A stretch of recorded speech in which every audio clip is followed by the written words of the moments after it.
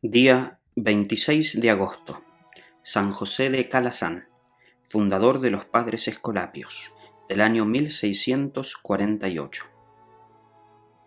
Un cardenal que después fue sumo pontífice llamó a San José de Calasanz segundo Job, porque tuvo que sufrir persecuciones como el santo Job de la Biblia. Nuestro santo fue sepultado un 26 de agosto del año 1648. Nació en Aragón, en España, en el año 1556 y fue hijo del gobernador de la región. Su padre deseaba que fuera militar, pero los religiosos que lo instruyeron en su niñez lo entusiasmaron para la vida sacerdotal, y así fue que pidió que le dejaran hacer sus estudios eclesiásticos. Desde muy pequeño, su gran deseo era poder alejar el mal y el pecado de las almas de los demás. En el colegio se burlaban de él los compañeros, porque les parecía demasiado piadoso, pero poco a poco, con su amabilidad, lo fue ganando a su favor. Siendo universitario, tuvo que huir de la ciudad donde estudiaba porque una mujer joven pretendía hacerlo pecar, pero él huyó de esa tentación. Imitaba así a José, el de la Biblia, que prefirió perder cualquier amistad, aunque fuera de persona de alta clase social, con tal de no ofender a Dios. Su padre deseaba que José fuera el heredero administrador de sus muchos bienes y riquezas, pero en una gravísima enfermedad, el joven le prometió a Dios que si le concedía la curación, se dedicaría únicamente a trabajar por la salvación de las almas. Curó de la enfermedad y entonces el Papa le permitió cumplir su promesa y fue ordenado sacerdote. Ya antes se había graduado de doctor en la Universidad de Alcalá. Como tenía fama de gran santidad y su mucha sabiduría, el señor obispo le fue concediendo puestos de mucha responsabilidad. Primero lo envió a una región montañosa donde la gente era casi salvaje y muy ignorante en la religión. Allá, entre nieves y barrizales y por caminos peligrosos, se propuso visitar familia por familia para enseñarles la religión y el cambio total. En Barcelona existía una terrible pelea entre dos familias de las principales de la ciudad, con grave peligro de matanzas. San José entonces fue enviado a poner la paz y logró que se casara un joven de una de esas familias con una muchacha de la otra familia, y así volvió a hacer paz entre los que antes eran enemigos. El señor obispo de Urgel lo nombró su vicario general, el más alto puesto de la diócesis después del obispo. Pero él sentía una voz en su interior que le decía: váyase a Roma, váyase a Roma.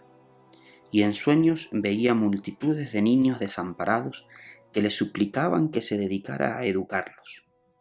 Así que, renunciando a sus altos puestos y repartiendo entre los pobres las grandes riquezas que había heredado de sus padres, se dirigió a pie a la ciudad eterna. En Roma se hizo socio de una cofradía que se dedicaba a enseñar catecismo a los niños, y se dio cuenta de que la ignorancia religiosa era total, y que no bastaba con enseñar religión los domingos, sino que era necesario fundar escuelas para que los jovencitos tuvieran educación e instrucción durante la semana. En ese tiempo los gobiernos no tenían ni escuelas ni colegios y la juventud crecía sin instrucción. Se reunió con unos sacerdotes amigos y fundó entonces su primera escuela en Roma. Su fin era instruir a la religión y formar buenos ciudadanos. Pronto tuvieron ya 100 alumnos. Tenían que conseguir profesores y edificios porque los gobiernos no costeaban nada de eso. Pronto fueron llegando nuevos colaboradores y los alumnos fueron ya 700. Más tarde eran ya 1000 los jóvenes que estudiaban en las escuelas dirigidas por San José y sus amigos. Y sus ratos libres se dedicaban a socorrer enfermos y necesitados, especialmente cuando llegaba la peste o las inundaciones. Con su amigo San Camilo eran incansables en ayudar. A sus institutos educativos les puso el nombre de Escuelas Pías, y los padres que acompañaban al padre Calasanz se llamaron Escolapios. Después de un par de años ya había escuelas pías en muchos sitios de Italia y en otros países.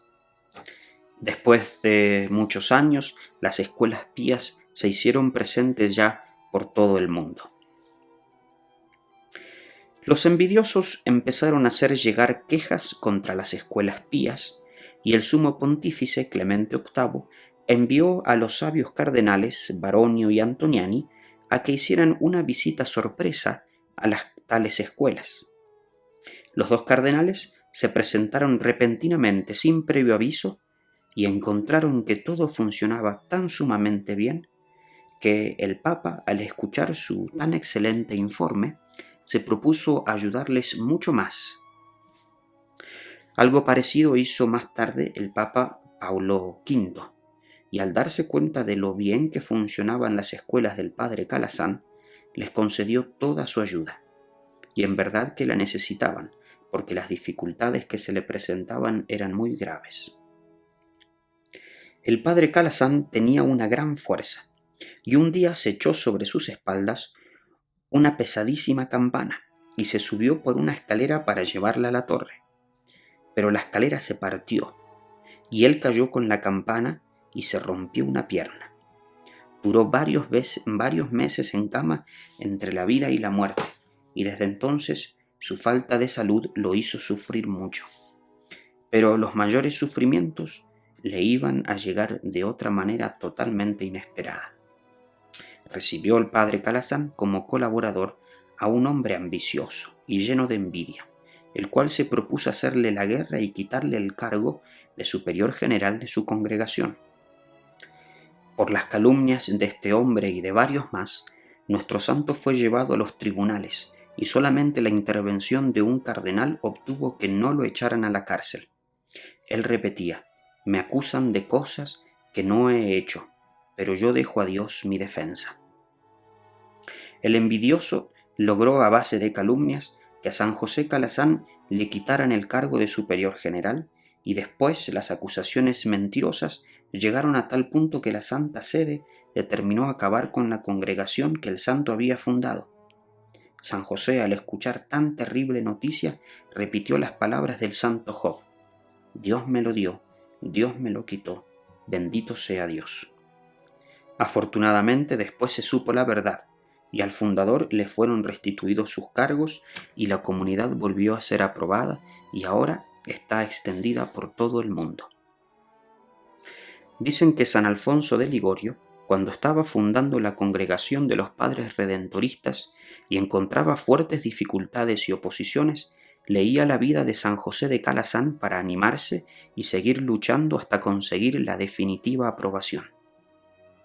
El 25 de agosto del año 1648, a la edad de 92 años, pasó este gran apóstol a la eternidad, a recibir el premio de sus grandes obras apostólicas y de sus muchísimos sufrimientos. Que Dios nos mande siempre muchos educadores como él, y que su ejemplo nos lleve a recordar aquel famoso dicho de Jesucristo: es necesario padecer en la tierra para entrar en la gloria eterna.